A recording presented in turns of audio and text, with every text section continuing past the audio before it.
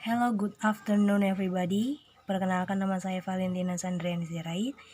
Saya dari mahasiswi Universitas Kristen Indonesia.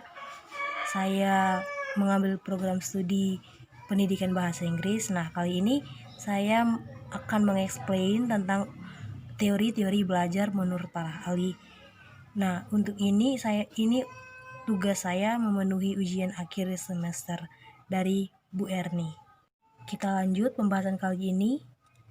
Yang pertama itu teori behavior. Teori behavior itu berasal dari behavior yang artinya tingkah laku. Semakin seorang diberikan penguatan dalam belajar, ia akan semakin menunjukkan tingkah laku yang sesuai dengan informasi yang ia dapatkan. Nah, teori behavioristik ini terdiri dari 4 landasan, yang dimana ada koneksionisme, pengkondisian, penguatan, dan operant conditioning. Next, menurut Thorndike 1874 sampai 1949, belajar merupakan teori pembentukan koneksi-koneksi antara stimulus dan respons stimulus, yaitu apa saja yang dapat merangsang terjadinya kegiatan belajar seperti pikiran, perasaan, atau hal-hal lain yang dapat ditangkap melalui alat indera.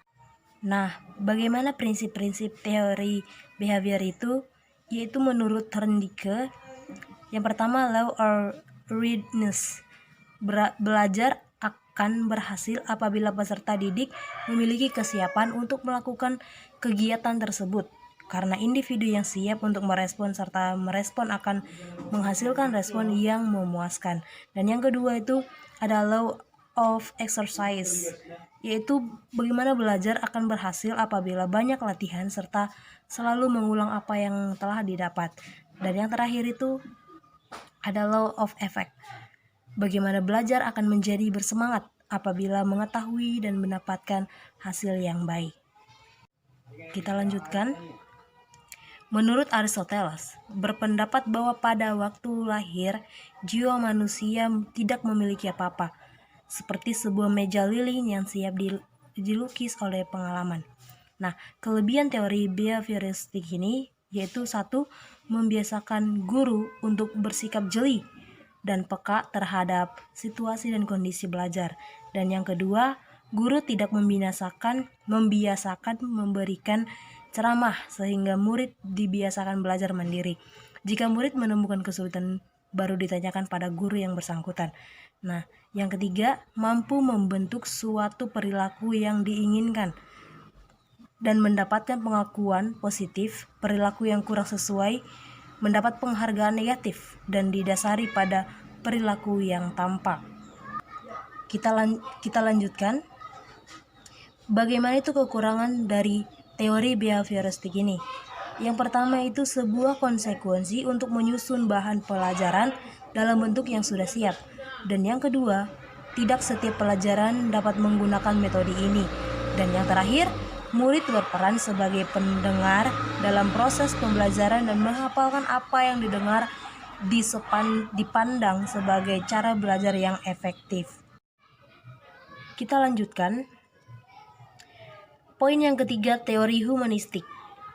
Human yang berarti manusia.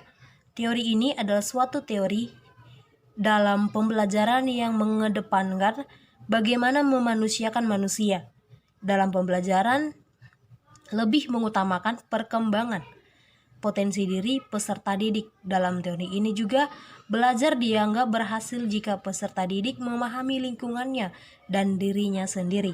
Nah, menurut Maslow, tahun 1954, humanistik dipengaruhi oleh persepsi dan makna yang melekat pada pengalaman pribadi untuk menjadi orang yang dewasa dan mampu mengaktualisasikan dirinya sendiri. Nah, bagaimana aplikasinya di kehidupan kita? Dan menurut Carl Rogers, realitas di dalam fasilitator belajar. Nah, ini merupakan sikap dasar seorang fasilitator menjadi dirinya sendiri dan tidak menyangkal dirinya sendiri, sehingga ia dapat masuk ke dalam hubungan dengan pelajar tanpa ada sesuatu yang ditutup-tutupi.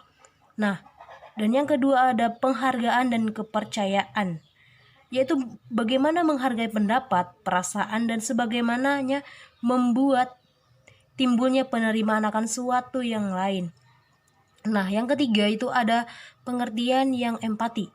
Untuk mempertahankan iklim belajar atas dasar inisiatif diri, maka guru harus memiliki pengertian dan empati akan reaksi murid dari dalam.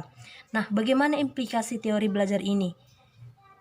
Yaitu guru sebagai kunci atau sebagai fasilitator, yaitu untuk memberikan perhatian kepada penciptaan sesuai suasana awal, situasi kelompok, atau pengalaman kelas.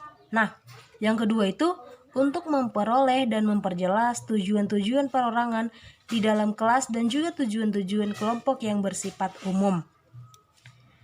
Nah, poin yang keempat itu ada teori sibernetik. Menurut Landa, dengan model pendekatannya yang disebut algoritmik dan heuristik, mengatakan bahwa belajar algoritmik menuntut siswa untuk berpikir sistematis, tahap demi tahap, linear menuju pada target tujuan tertentu. Nah, bagaimana dengan kelebihan teori sibernetik ini? Mari kita lihat kelebihannya, yaitu yang pertama ada cara berpikir yang berorientasi pada proses yang lebih menonjol. Nah, bagaimana yang kedua? Penyajian pengetahuan memenuhi aspek ekonomis. Yang ketiga, kapabilitas belajar dapat disajikan lebih lengkap. Dan yang keempat, ada keterarahan seluruh kegiatan belajar kepada tujuan yang ingin dicapai. Nah, yang kelima, adanya transfer belajar pada lingkungan kehidupan yang sesungguhnya. Kita lanjut. Nah, tiba saatnya di referensi. Saya mengambil teori ini dari jurnal Omon Abdurrahman pada tahun 2017 dengan teori belajar dan pembelajaran pendidikan guru sekolah dasar pada halaman 4 sampai selesai. Terima kasih.